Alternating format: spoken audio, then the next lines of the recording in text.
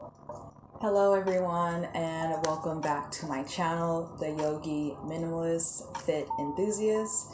My name is Monique and I will be talking about yoga ethics again, the yamas and niyamas, more specifically Santosha and Aparigraha.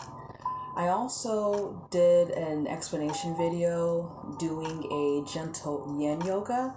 So that's kind of giving you an example of how you can practice yoga ethics on the mat. But of course, taking it with you off the mat, because yoga, again, is not just about the asana practice. And it's good that we have these yoga ethics, yoga philosophy, and of course the asana practice to choose from of how we can better ourselves and free ourselves, but also tying all of those elements together to create a whole yogi experience or yogi lifestyle. That's what I believe in. Not just here nor there, but adding all of those other elements together, like a pizza or like a puzzle, right? Okay, so I kind of want to talk about how Santosha and Aparigraha, yoga ethics in general, just to back up, in general has helped and saved me in many, many ways. But when it comes to certain things, one will stand out more than the other. So recently, just thinking about the whole dating life of how dating is now versus how it was many, many, many years ago. Um, I've never really considered myself a dater, and I have been in long term relationships. And with these relationships, I have known the gentleman for quite some time, so we were often friends first.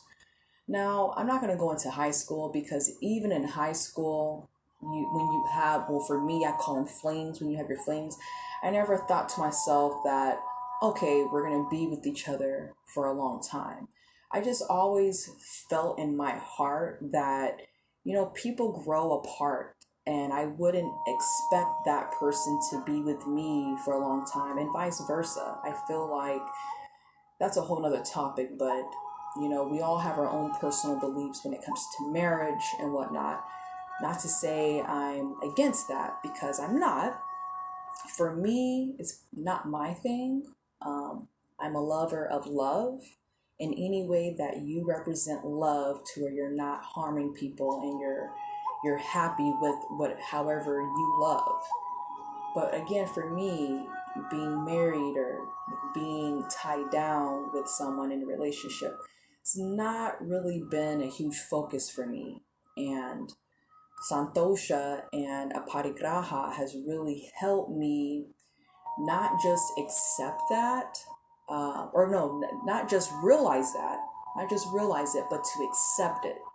Because that's just, that's what works for me as my own person.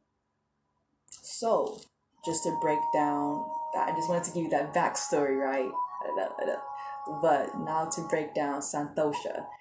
Santosha is explained, or in Sanskrit, it means contentment, the practice of acceptance of who we are, what we have, and where we are. It doesn't mean that we lack all ambition. And it means that we move towards our goals in a state of contentment and peace. Now, before when I was dating, I wasn't thinking of any of those things. I actually found myself not being happy at all, or maybe finding comfort and being, content with someone, but me wanting to do other things and then coming back to, okay, this is fine, but I do want more. Not more from the relationship, but more for myself. Now, my thing is, when I was in these relationships, I was giving a lot of time to the relationship and to that person that I had a difficult time really focusing on myself. Although, I got my degrees, studied really hard, everything like that, but I was still so focused on catering to this person's needs and putting myself or not leveling myself as much as I would like. Um, and some people are really, really good at doing that. I wish I can balance the two. I wish I can. I can't. I can't. And that kind of comes into aparigraha. I would get so consumed and be greedy, right? Because aparigraha and Sanskrit is greed. So, and practicing that, you want no greed, non-greed. You don't anything with an A is non. So parigraha, greed, aparigraha, non-greed. So in practicing that, I had to learn with not being so consumed with that person, not being consumed with what they would think of me, or trying to align my life with their life. And it doesn't work for me. It doesn't work that way. Now, if people are going in the same direction, then absolutely, that's going to work out great. But if you're not, if you're going left and the other person wants to go right, up or down, but you're trying to make all those sacrifices because you want to be greedy with them and their time, and it can be a good thing or a bad thing, but it's a bad thing when you're being greedy, when there's too much of that one thing and there's no balance. And I have a hard time doing that in relationships, and this is why I don't date. Now, I've written a blog about this on my website, gettingmymojoback.com, and in my Instagram, in a few photos, I've explained, how I feel like I am more, I feel that I mean, not to say I like labels or anything like that, but I appreciate the labels because it kind of helps explain to people, what A, B, and C is. So for me, identifying or coming to a conclusion that, I relate to asexual or aromantic, which is non-sexual, non-romantic. And for me, it makes a lot of sense because, for one, it's never been a huge desire or goal of mine. And when I found that it was draining me in a way, and it had nothing to do with the person. Nothing to do with the person. Yeah, there were a few bad apples on the tree, and there were some great that I'm still friends with. But it just wasn't romantically, and intimately, just not a thing. And even physically, like for me, it's like, it's here or there. I feel the same way when I do versus when I don't. But it's not a huge thing for me, and that's a whole other topic. Maybe I'll get into. I really don't want this video to be super, super long, and I don't want to get off topic because I have a habit of doing that. But I just want people to understand that, and practicing aparigraha and practicing santosha, it really just allowed me to be content, santosha, content with myself, not having these expectations with myself or with others or with anything, just being in the now and being happy in the now. And then with the parigraha, not being greedy with consuming myself with things that are not aligning with me, and that's okay. When you're in a relationship, you have to make those sacrifices, and you have to learn to compromise and things of that nature.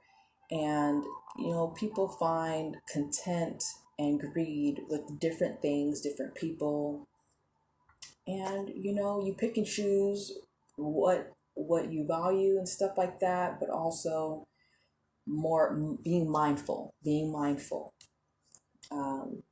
But with the parigraha, just allowing things to just take its course. And in the dating game, it's kind of like that. We all have different personalities.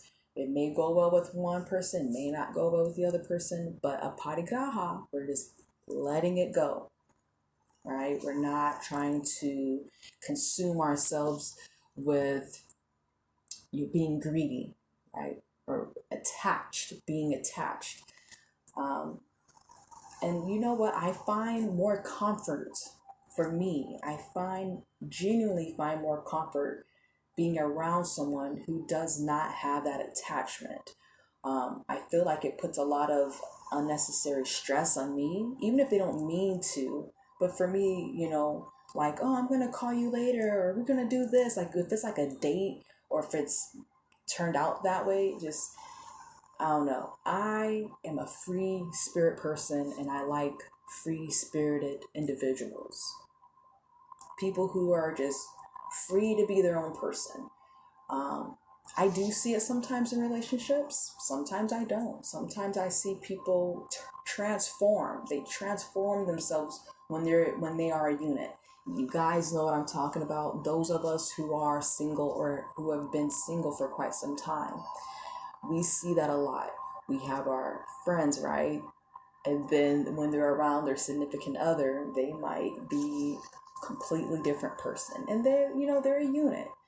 And there's nothing wrong with that. But for me, I am an individual person. I don't know. There's a lot of things that can go into it. Maybe I'm introverted. I don't know. I am an INFJ. I don't know. I'm weird. We all have our weirdness. I can go on and on about it. But I don't know. I like people as individuals because that's how I treat people. I don't want to treat someone as a unit, or I don't know. I'm gonna get off topic. Okay, let's get right back into it. But yeah, attachment. So learning to not have that attachment, and that can be anything. It can be a job. It can be boyfriend, girlfriend. It can be friendship. But just knowing that, we can learn to let go and not be greedy with whatever that is, whatever we consume ourselves with. But yeah, that's really what I wanted to come on here for and talk about. Again, there will be a video. I'm not sure which one I will upload first, but there is or will be a video explaining Santosha and Aparigraha on the mat. We're going to do a nice, gentle, full body yin session on the mat. So look out for it and we'll discuss it further. But it'll give us an opportunity to practice that on the mat. So you get into that mode, you create the frequency, right? Create that energy starting here, and then you want to take it with you off the mat. So thank you so much, guys, for joining me today. Today's discussion on Aparigraha and Santosha. I hope you have a lovely rest of the day, and I will see you in the next video. Namaste.